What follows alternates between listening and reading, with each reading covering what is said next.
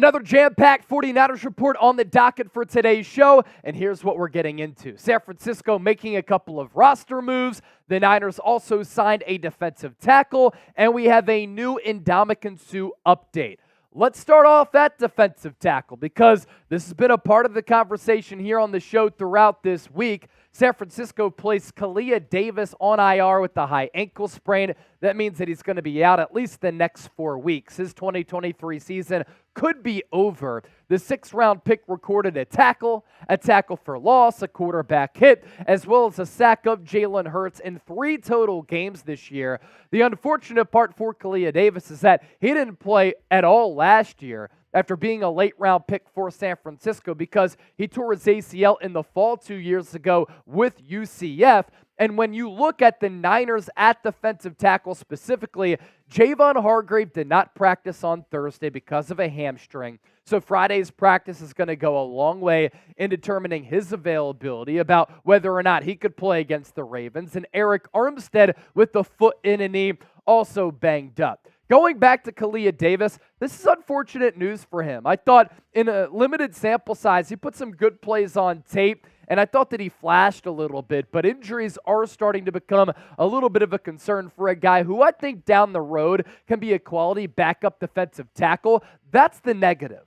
The good news is that some of these injuries along the Niners' interior defensive line have allowed Javon Kinlaw to step up, get more time, and in turn, he's taken advantage of those opportunities. When I go back and watch the tape, and when you look at the numbers, he's played really well, and he's finally been able to flash the potential that made him a first-round pick in 2020 coming out of South Carolina. Here are the numbers in totality throughout 14 games this year. A career-high 3.5 sacks, 6 quarterback hits to go along those sack numbers.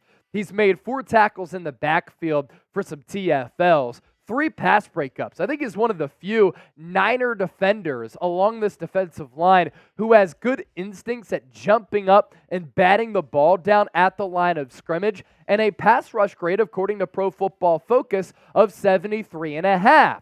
The other roster move for San Francisco here is that the Niners have elevated Jeremy McNichols to the active roster. This continues to be concerning for Elijah Mitchell, who did not practice on Thursday either. For his status with that knee injury right now, Elijah Mitchell is a player who is a quality player, but injuries continue to snakebite what has already been an up-and-down career for him because he simply cannot stay healthy. With Javon Kinlaw, I want to throw out today's poll question here. He's in the final year of his deal. Do you think that the Niners should re-sign him? Type S for sign or P for pass. Still to come here on the show. We talked about some of those roster moves. We have to get to another one because San Francisco signed a defensive tackle, and we're also going to update you on another defensive tackle in the free agency market in Ndamukong Suh. First, our show today is made possible thanks to Prize Picks, the largest independently run daily fantasy sports app in North America. And you can download the app for free. And if you use our link, prizepicks.com/CLNS, you get up to a $100 deposit match. The picks that we like going into Thursday Night Football, it's a great game between 2 500 teams, and the New Orleans Saints and the Los Angeles Rams fighting for playoff positioning in the wild card race. And for New Orleans, they're still fighting for the NFC South. Taysom Hill, more than a half rushing and receiving touchdown. Alvin Kamara, more than 53.5 receiving yards. We also like Matthew Stafford to get picked off because while Dennis Allen is an awful head coach, as producer Trizzy Trace will say, the defense is pretty good. Let's book a pick for Matthew Stafford. Daily Fantasy Sports made easy. Their more or less game can allow you to win real money this football season like myself. PrizePicks.com/CLNS. That link is available for you down in the comment section as well as in the description of this video. To the other Niners roster move we want to get to on the show here today, San Francisco did add a defensive tackle, adding Taylor Stallworth to the practice squad. His agent, Brett Tessler, made the news official early on Thursday, saying that the Niners just signed my client, Taylor Stallworth, to their practice squad. The 6th-year defensive tackle recently came off IR with the Tennessee Titans. As his agent points out here, he's been in the league for a little while. 6 years to be specific. Comes off IR to join the Niners. He was with previously the Tennessee Titans, where he was playing under Rand Carthon, who used to be in this Niners front office since 2017. Solid size along the interior of the defensive line, 6'2", 305, and he's played for a couple of teams so far in his NFL career. That includes the Houston Texans, the Kansas City Chiefs, the Indianapolis Colts, the New Orleans Saints, the Tennessee Titans, and now in his 6th year with the 6th team in San Francisco. UDFA in 2018, he played his college ball at South Carolina. Kyle Shanahan was asked earlier this week about Ndamukong Suh, who we're about to talk about, and he said, as of right now, there are no plans to add him because, as you know, we have a couple of defensive tackles on the practice squad who we really like. Before adding Taylor Stallworth, who's 28 years old, the Niners did have Spencer Wagee, UDFA this year out of North Dakota State, and then T.Y. McGill, who often has been elevated to the active game day roster for San Francisco. He's on the older end at 31. Want to round out with the new Ndamukong Suh update. We did a video on him earlier this week. It popped off. It got 30,000 views. A lot of people interested in the player here.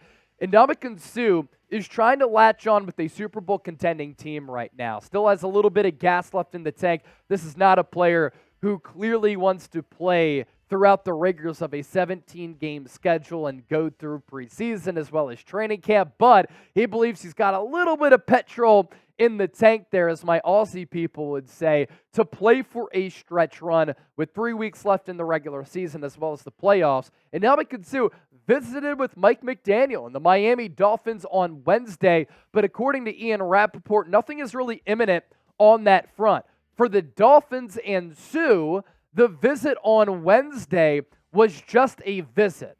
So it's not like he's nearing a deal, but clearly, if Ndamukong Suh is visiting with Miami, he's interested in at least continuing his NFL career and going back to an organization he has a level of familiarity with. Alan Poupart with this, that Vic Fangio says that he didn't have any interaction with Suh last year when he was a consultant with the Eagles, calls him an interesting person, and adds he was brought in to see if there was mutual interest in a reunion, would think that Suh is interested if he made the visit.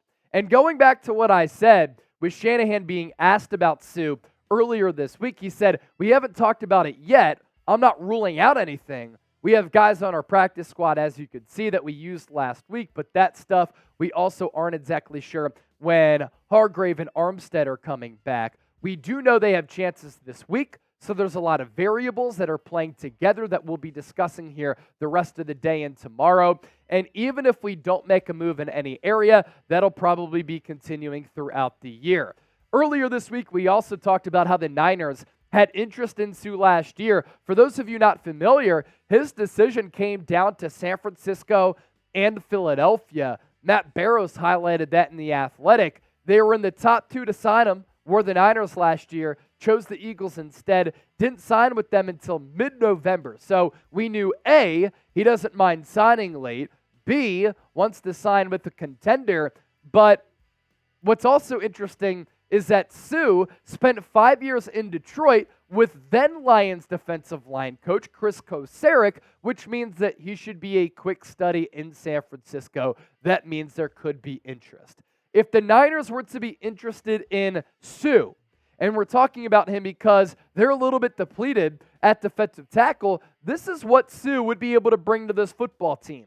He can play inside at defensive tackle. He can pop out to the outside a little bit, although starting to, of course, lose that speed and explosiveness to allow him to play a little bit of defensive end. But he has been able to do that throughout his career. With Suh, we know that he has that reputation of being tough.